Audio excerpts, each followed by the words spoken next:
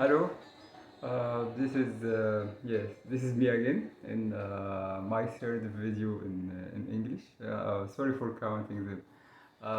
In this video, as you see, I'm gonna talk about the story and the tragedy. Actually, I call it really tragedy of hijab. On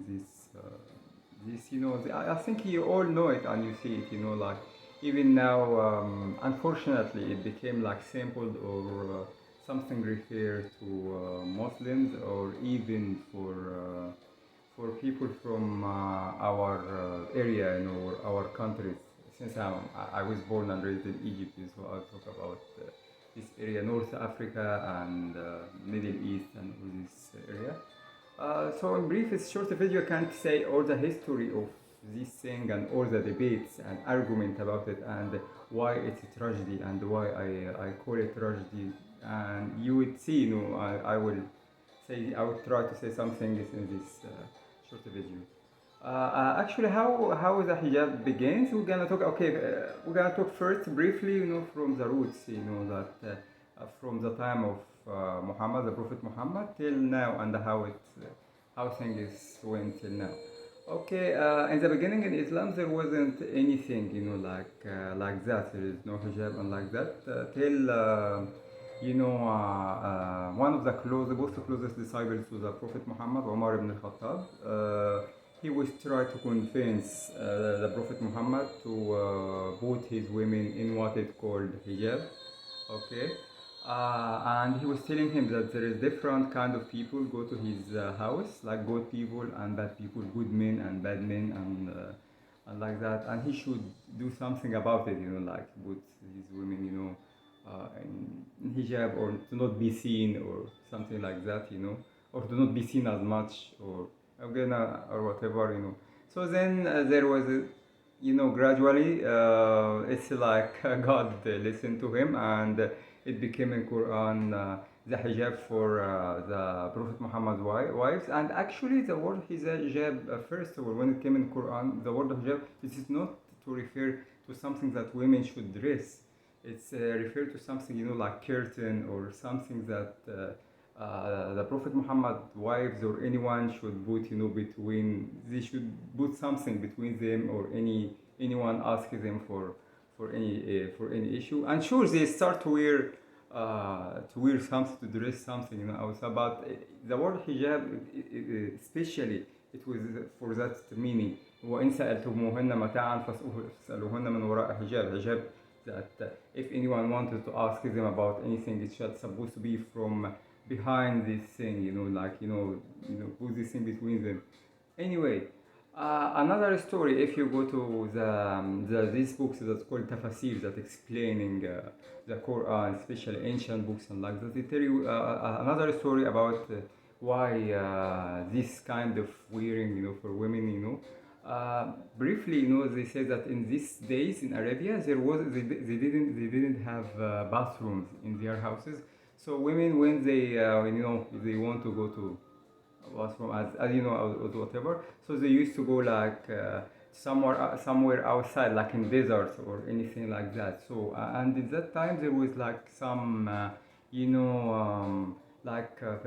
bad people in the street, or some mobs, or some people in the street, they would like harass women, in their way to do that, or in their way back, and like that. So the Quran get with this thing to for women as a sign, so as a free women especially, as a sign. So the woman that wear this thing, that these people know that she is a free woman, so they wouldn't do anything to her, because these guys, they used to like harass like slave women. So unfortunately, hijab in the beginning, it was like, and this thing, this wearing, it was like a kind of to discriminate, so to know the slave women from free women.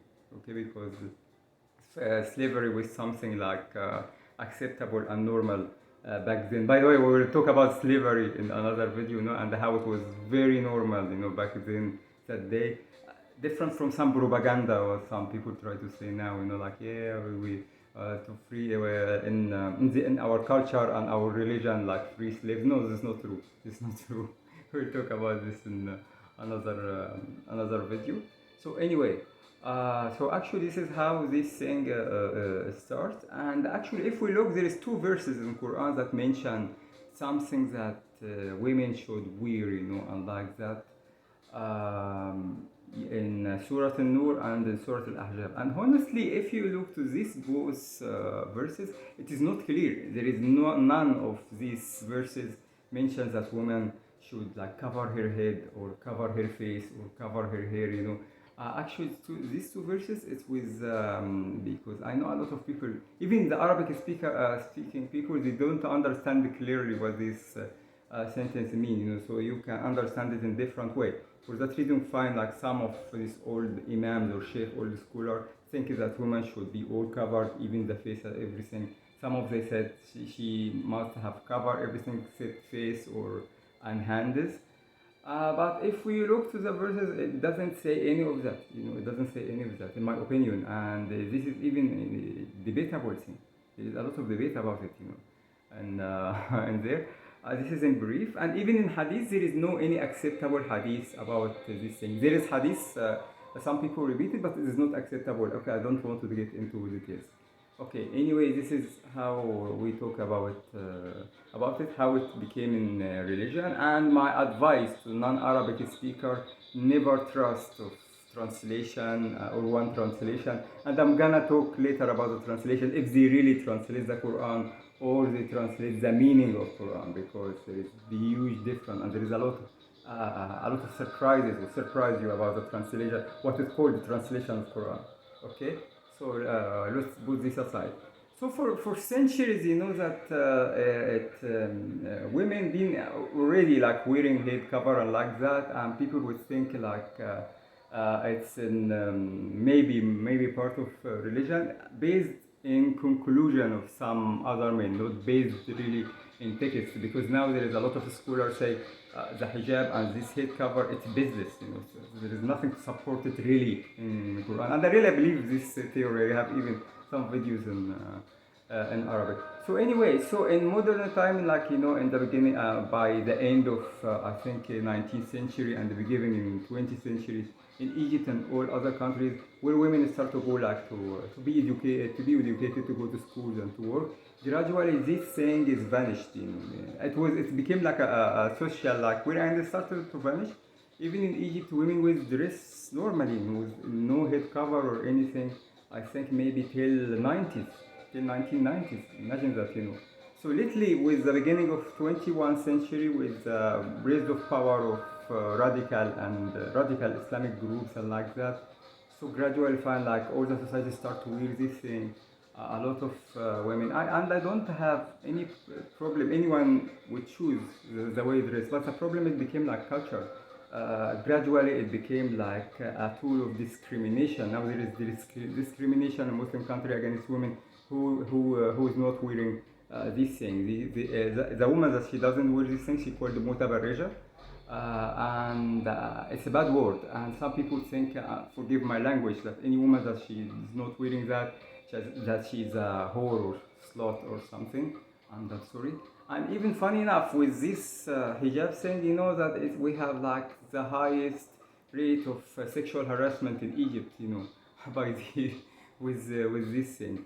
And a lot of women really, you can find pages on Facebook and women that they struggle against it. And one of them, they really just wish if they can wear dresses and dress normally, and like that. So some people maybe in America and like that, they don't know the details. They think that all Muslim women proud of this thing and they're wearing by their willing. No. A lot of them, they try to resist it. Unfortunately, a lot of these religious and preachers inciting their followers and encourage them to harass, these ladies that they don't wear this thing. Unfortunately, we see what happened lately in Iran, and very sad for them. And I support people in Iran and women of Iran to revolt against that. Even there is a crime happening in Egypt. Some girl be murdered, in public by some guy who was like stalking her. And a lot of people, unfortunately, these crazy people take the side of the murderer, because this girl, she wasn't wearing hijab and this head cover, so it became like a discrimination tool and hateful tool and like that. So it's tragedy. I think that video became longer than I thought. Maybe I'm gonna continue this talking in another video. And I see you again, and respect to everyone, and all my respect for women. And I am not talking to any woman to tell her what to dress or to not dress, but I'm just against the discrimination. And I think women is human. Sure, they are human, you know, and they have to just give them the right to choose, especially in my country and all over the world, you know. So respect for everyone, and see you in another video. Bye.